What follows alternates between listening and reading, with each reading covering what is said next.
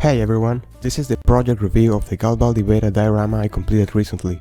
As you may know, this model was built for Hubble in Japan, as part of my partnership with them.